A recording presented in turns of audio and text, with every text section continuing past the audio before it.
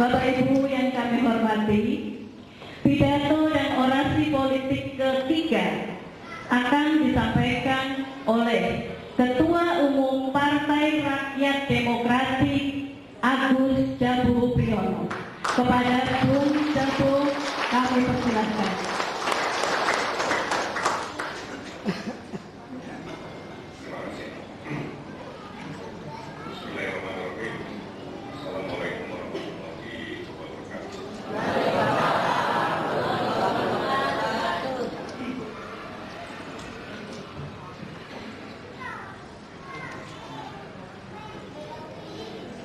Selamat siang dan salam sejahtera buat kita semua. Yang saya hormati Bapak Joko Santoso, mantan Panglima TNI. Yang saya hormati senior-senior saya, ada Pak Raffi dari kami, beliau Pak Sekjen, walaupun tidak ada undangan khusus, memberikan waktunya untuk menghadiri acara peringatan Hari Lahir Pancasila ini. Yang saya hormati pula ada kawan-kawan sejawat saya, ada Bung Iwan Sulit. Ini redekotnya 98 dulu. Adinda saya, Bung Nuril, saya kaget Bung Nuril tiba-tiba pidatonya sangat nasionalis. Saya berterima kasih dan saya berbahagia karena ternyata tiap basisnya menteng, garisnya sama dengan kita, yaitu menetapkan Pancasila sebagai filosofi dan dasar negara. Yang saya banggakan, kawan-kawan seperjuangan saya, jajaran pengurus Komite Pimpinan Pusat, pada Sekjen, Waktu dan jajaran-jajaran yang lain, kepada ormas-ormas juga saya ucapkan terima kasih atas kehadirannya. Tak lupa kepada ibu-ibu dari Jakarta Barat yang selalu setia kepada PND, ibu-ibu dari Jakarta Utara, Jakarta Timur, termasuk bapak-bapaknya maksud saya, dari Jakarta Selatan, mungkin juga ada yang dari perwakilan dari Kepulauan Seribu, ya, saya ucapkan selamat datang. Tak lupa juga ini Pak Joko hadir juga, warga kita dari Uta Tandingan. Uta Tandingan itu satu daerah di Rawang Barat, yang sampai sekarang ini sedang menghadapi kapitalis, menghadapi ancaman penggusuran dari pemilik perusahaan yang ada di dekat kampung mereka, dan mudah-mudahan perjuangan mereka bisa secepatnya berhasil sehingga mereka merasa hidup tenang, hidup aman di atas tanah airnya sendiri, menjadi tuan di negerinya sendiri. Bapak-bapak dan ibu-ibu, hari ini adalah Hari Lahir Pancasila. Hari Lahir Pancasila diambil dari momentum pada waktu Bung Karno berpidato di depan sidang gedung PKI yang membicarakan masalah landasan Indonesia Merdeka itu apa, filosofinya apa, fondasinya apa. Nah, kira-kira dalam pidato itu kemudian Soekarno menyampaikan Pancasila. Pancasila, 5 sila yang digali dari jati diri bangsa Indonesia, dari kepribadian bangsa Indonesia sendiri. Itu yang sekarang pada tanggal 1 Juni 2016 ini kita peringati bersama-sama, tidak hanya di Gedung Perwari ini saja, tetapi kita juga memperingati di berbagai daerah yang menjadi cabang-cabang dari PRD, walaupun di sebagian daerah masih mengalami hambatan-hambatan. Tapi kata Pak Joko tadi, kita tidak boleh menyerah untuk memperjuangkan kebenaran, untuk memperjuangkan keyakinan kita. Hambatannya memang banyak, tapi jangan pernah menyerah. Kita harus terus berjuang untuk memenangkan apa yang kita yakini. Saudara-saudara, bapak-bapak dan ibu-ibu, saya jadi bingung sebetulnya mau berbicara apa, karena yang mau saya sampaikan itu semua sudah diulas oleh Pak Joko. Dan Pak Joko ini garisnya kok hampir sama dengan PRD gitu loh. Jadi Pak Joko ini kalau PRD kiri juga kira-kira kan begitu.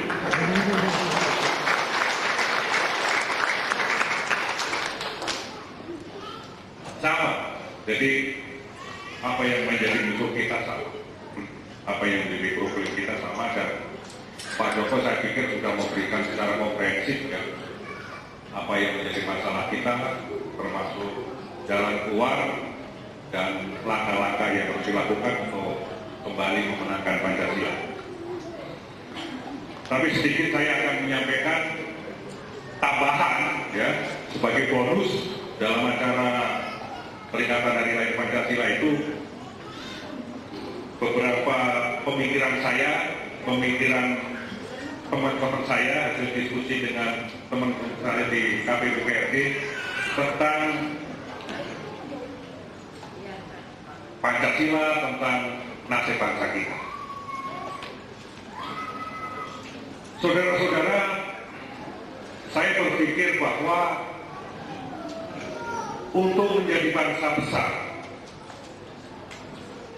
agar Indonesia ini menjadi bangsa besar, kita harus memahami dua hal. Kita tidak boleh melupakan dua hal. Dan saya pikir itu harus kita pegang. Pertama adalah perjalanan sejarah bangsa kita, agar kita tidak mengulangi kesalahan-kesalahan yang pernah dilakukan oleh bangsa kita di masa lalu. Sehingga proses perkembangan kebangsaan itu proses perkembangan yang kualitatif, proses perkembangan yang maju, tidak mengulang-ulang sejarah, tidak mengulang-ulang kesalahan. Sebagai salah satu contoh misalnya liberalisme yang sekarang ini sedang menjadi sistem di Indonesia, itu pernah dikubur oleh Bung Karno lewat dekret Presiden tanggal 5 Juni 59. Tapi ini diulangi lagi, jangan melupakan sejarah. Bung Karno sudah mengatakan jas merah, jangan sekali-kali melupakan sejarah. Saya baru sadar apa yang dimasukkan Bung Karno, ternyata kita tidak boleh mengulangi kesalahan-kesalahan yang pernah dilakukan oleh bapak-bapak kita pada waktu itu, pada zaman itu. Yang kedua, kita harus memahami persoalan yang sedang dihadapi oleh bangsa kita. Baik sekarang maupun di waktu-waktu yang akan datang. Sehingga kita mampu mengantisipasi setiap persoalan-persoalan yang akan dialami oleh bangsa kita. Jadi pertama kita harus memahami sejarah, yang kedua kita harus memahami situasi yang terjadi sekarang ini baik di Indonesia maupun di dunia ini. supaya kemudian bangsa Indonesia memiliki antisipasi bagaimana kita bisa melewati setiap persoalan yang dihadapi oleh bangsa kita. Pak Joko tadi sudah mengatakan bahwa negara lain tidak ingin kita menjadi bangsa yang besar, kita menjadi bangsa yang kuat. Untuk itu kita harus selalu waspada. Dan dari dalam pidato saya yang sudah saya publikasikan, saya juga mengatakan itu, kita harus waspada.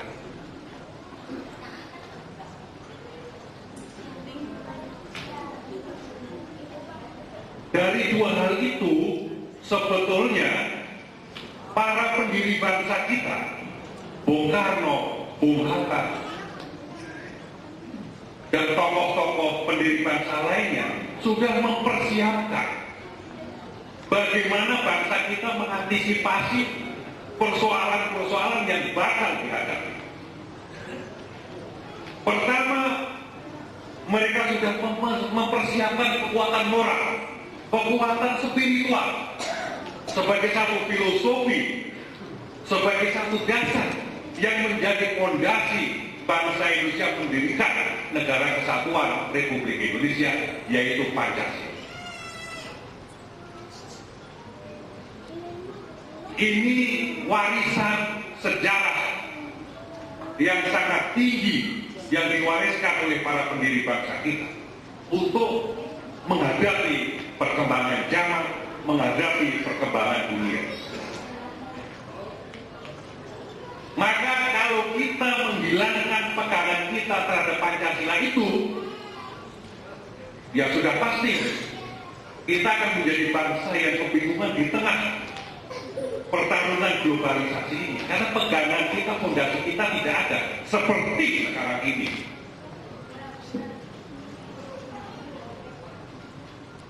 Yang kedua yang sudah disiapkan oleh para pendiri bangsa kita adalah kekuatan struktural, yaitu Negara Kesatuan Republik Indonesia beserta instrumen-instrumen pendukungnya, di mana dibangun di atas filosofi dan dasar Pancasila itu. Negara kesatuan, bukan negara federal, tapi negara kesatuan. Ini maaf Bu Iwan Sumule ya, karena Bung Sumule ini pendukung federalisme gitu. Kita sudah mendapatkan warisan. Kita bangsa yang sangat besar, bangsa yang multi suku, multi agama. Tidak gampang memimpin dan mengatur bangsa ini kalau kita tidak memiliki satu pegangan yang kuat. Cina memang besar, tapi mereka tidak multi etnis seperti kita di Indonesia. Apalagi ditambah kita negara kepulauan. Tidak gampang mengatur, mengurus, memimpin negara sebesar ini. Dan para pendiri bangsa kita sudah memberikan satu warisan, negara kesatuan.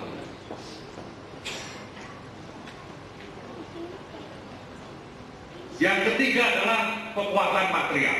Tadi ada kekuatan spiritual, kekuatan struktural. Yang ketiga adalah kekuatan material. Kekuatan material itu apa? Itu sumber daya alam yang kita miliki. Kalau Pak Joko tadi mengatakan di Tatar saja yang padang tandus orang bisa hidup, di Timur Tengah sana yang padang pasir saja orang bisa hidup makmur. Tetapi mengapa kita yang mendapatkan bonus negeri yang subur makmur, sumber daya alam yang banyak sekali, namun sampai sekarang hampir 71 tahun kita merdeka, kita belum bisa merasakan kebahagiaan, kita belum bisa merasakan kemakmuran. Ada tiga hal. Kalau kemudian diurus dengan benar, saya pikir Indonesia akan menjadi mercusuar dunia. Indonesia akan menjadi negara besar, negara yang kuat, negara yang makmur, negara yang mandiri. Tetapi karena kita tidak memegang teguh sejarah perjuangan perjalanan bangsa kita, kemudian kita mengulang terus kesalahan-kesalahan yang pernah dilakukan oleh para pendiri bangsa kita. Maka kemudian PSI mengklasifikasikan supaya kemudian tidak kembali melakukan kesalahan-kesalahan perjalanan Republik ini. Ada Republik 1, Republik 2, Republik 3, dan Republik 4. Republik 3 itu sekarang ini, di mana kita dikuasai oleh liberalisme, oleh kapitalisme. Dan kita harus berjuang menghentikan itu. Dengan apa? Memenangkan Pancasila itu. Itu, saudara-saudara, bapak-bapak dan ibu-ibu.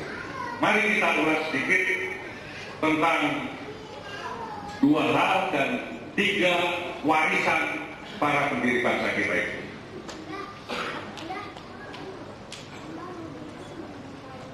Bapak-bapak dan ibu-ibu, setelah Indonesia merdeka, itu sudah final.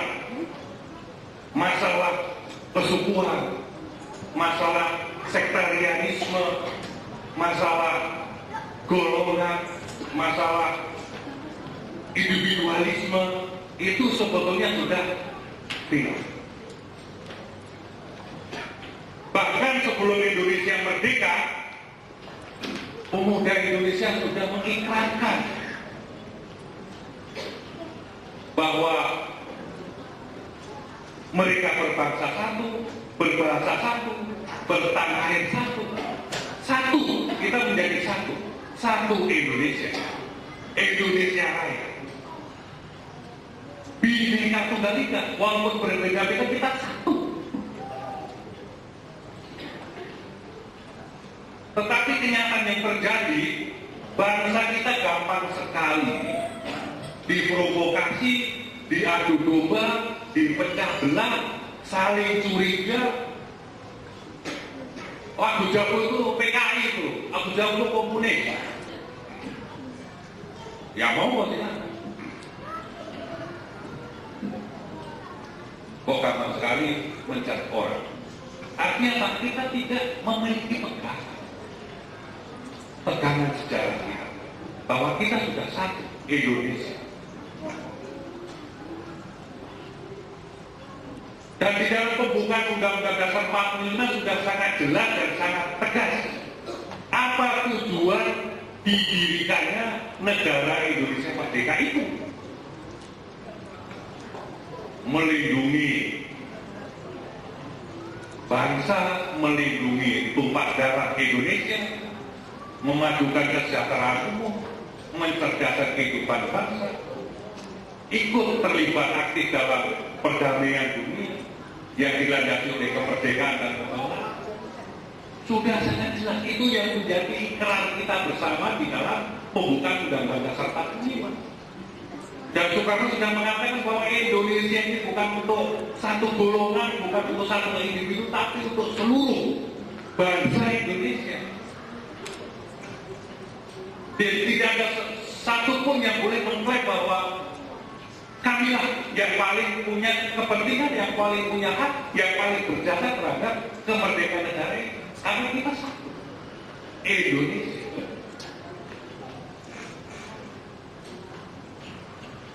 Makanya harus dipertanyakan siapapun yang masih saling curiga di antara sesama anak bangsa. Akan ke Indonesiaannya, akan ke Pancasilaannya. Jangan-jangan ini agen-agen dari negara-negara asing yang ingin mengatakan.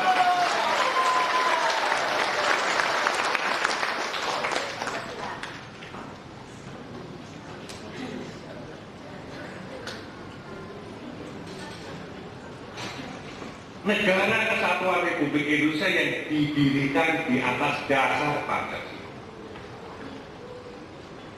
Banyak orang berbicara Pancasila, tapi menurut saya berbicara tentang Pancasila tidak memahami konteks sejarahnya, dan berbicara tentang Pancasila tidak memahami pandangan-pandangan dan ajaran-ajaran penggalinya, maka Pancasila yang dipahami ini akan mengawang-awang, tidak konkret, tidak membumi. Kenapa? Karena Pancasila adalah filosofi dasar negara atau bentuk perjuangan yang paling tinggi dari bangsa Indonesia di dalam mengusir imperialisme, mengusir kolonialisme, dan mengusir penjajahan dari muka bumi Indonesia ini. Kita harus memahami konteks itu. Kalau sekarang kemudian tiba-tiba pintu kita dibuka seluas-luasnya, kapitalisme masuk lagi, imperialisme masuk lagi, berarti ini tidak memahami Pancasila. Bahkan terang-terangan ini mengkhianati Pancasila.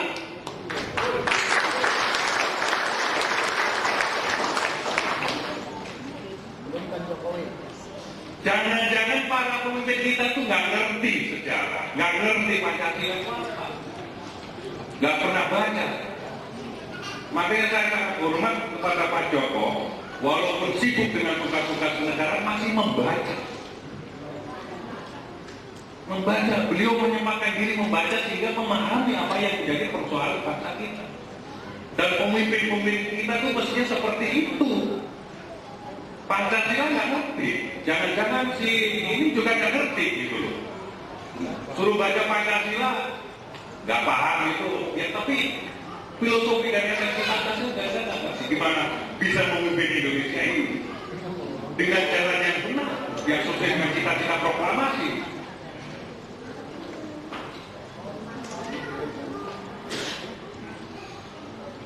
Pancasila menurut Bung Karno yang disampaikan dalam pidato 1 Juni itu 5 sila. Bung Karno mengatakan kalau kita peras menjadi 3 sila, itu apa? Itu sosio-nasionalisme, sosio-demokrasi, dan ketuhanan yang Maha Esa. Dan kalau 3 ini kita peras, itu apa Pancasila itu? Pancasila adalah gotong royong.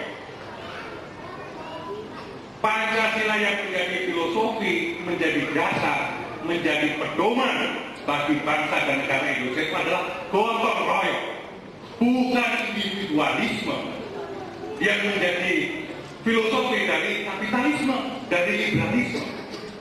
Artinya Pancasila karena gotong royong menolak paham-paham kapitalisme, menolak paham-paham liberalisme.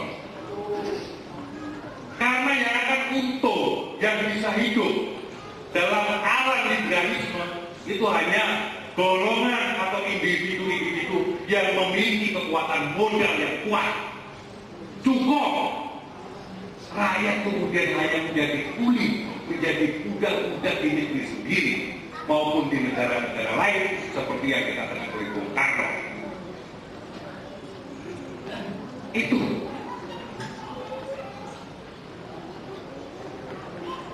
Pancasila adalah sosionasionalisme.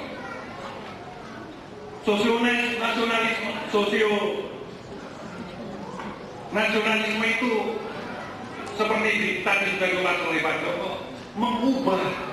mengubah keadaan, mengubah nasib dari bangsa Indonesia yang miskin menjadi bangsa Indonesia yang makmur, mengubah dari bangsa Indonesia yang terbelakang menjadi bangsa Indonesia yang maju, mengubah dari bangsa Indonesia yang tidak punya martabat, yang hidupnya asor di antara bangsa-bangsa yang lain menjadi bangsa yang bermartabat. Itu adalah sosionasionalisme. Sosionasionalisme itu hanya bisa terwujud apabila bangsa kita melepaskan diri dari ketergantungan terhadap imperialisme, terhadap kapitalisme, ataupun terhadap kolonialisme. Untuk itu kita harus memiliki kepercayaan diri untuk menjadi bangsa yang berdiri di kaki sendiri. Tidak selalu menggantungkan nasib bangsa kita itu kepada kekuatan asing, kepada kekuatan lain. Karena itulah esensi dari Pancasila secara konsepsi.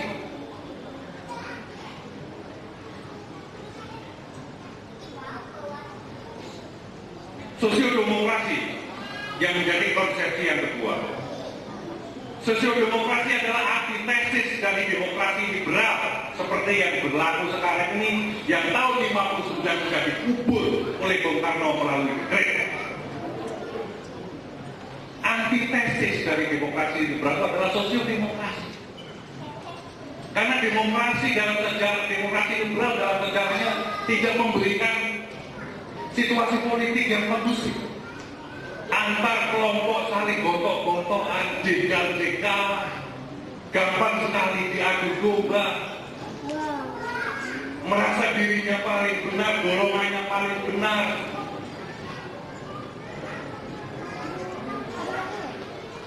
Demokrasi liberal menyebabkan dekadensi moral yang sangat parah seperti sekarang ini. Kekerasan merajalela, bahkan kekerasan seksual terhadap anak-anak marak di mana. Ini sistemik, dan demokrasi liberal inilah yang menyebabkan itu semua terjadi. Dekadensi moral sudah melanda pejabat negara sampai lahir jelata.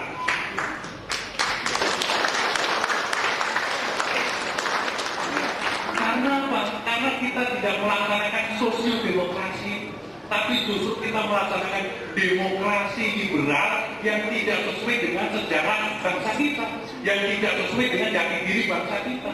Jati diri bangsa kita adalah gotong royong. Pancasila itu adalah gotong royong.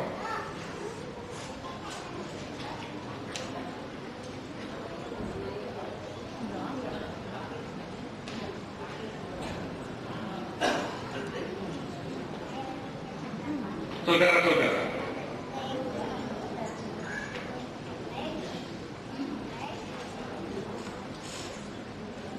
dengan munculnya liberalisme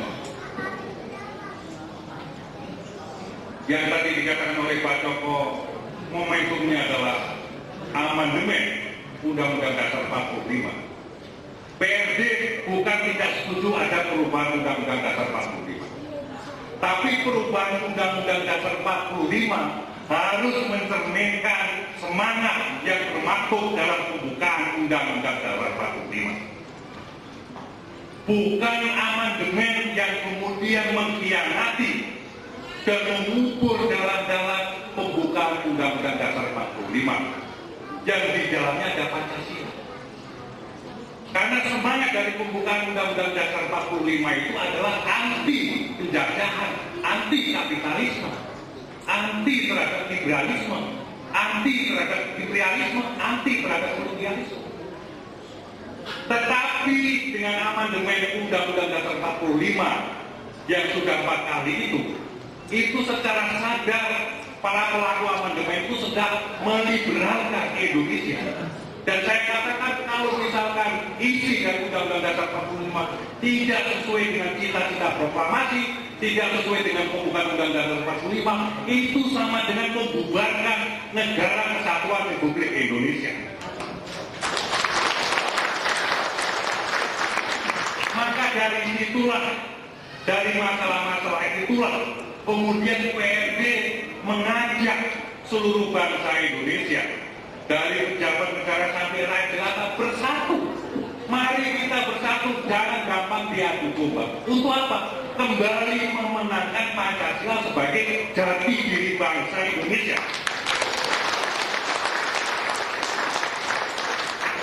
Dan kami sudah teruji, mengapa Joko? Kami sudah teruji.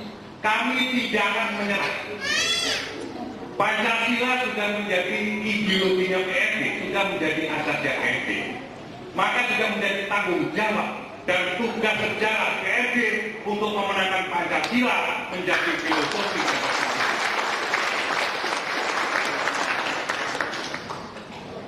Sekali lagi, hanya dengan persatuan kita memiliki kekuatan. Hanya dengan kepercayaan diri bangsa kita bisa berdikari. Dengan hanya menggunakan filosofi yang berasal dari akar sejarah bangsa sendiri, bangsa kita punya landasan, punya dasar, punya filosofi untuk membangun bangsa mandiri sesuai dengan semangat Trisakti. Maka dari itu sekali lagi, mari mulai dari sekarang ini, mulai dari peringatan Hari Pancasila 1 Juni ini, mari kita bersatu, bergerak, jangan saling curiga untuk berjuang kembali memenangkan Pancasila. Terima kasih masyarakat yang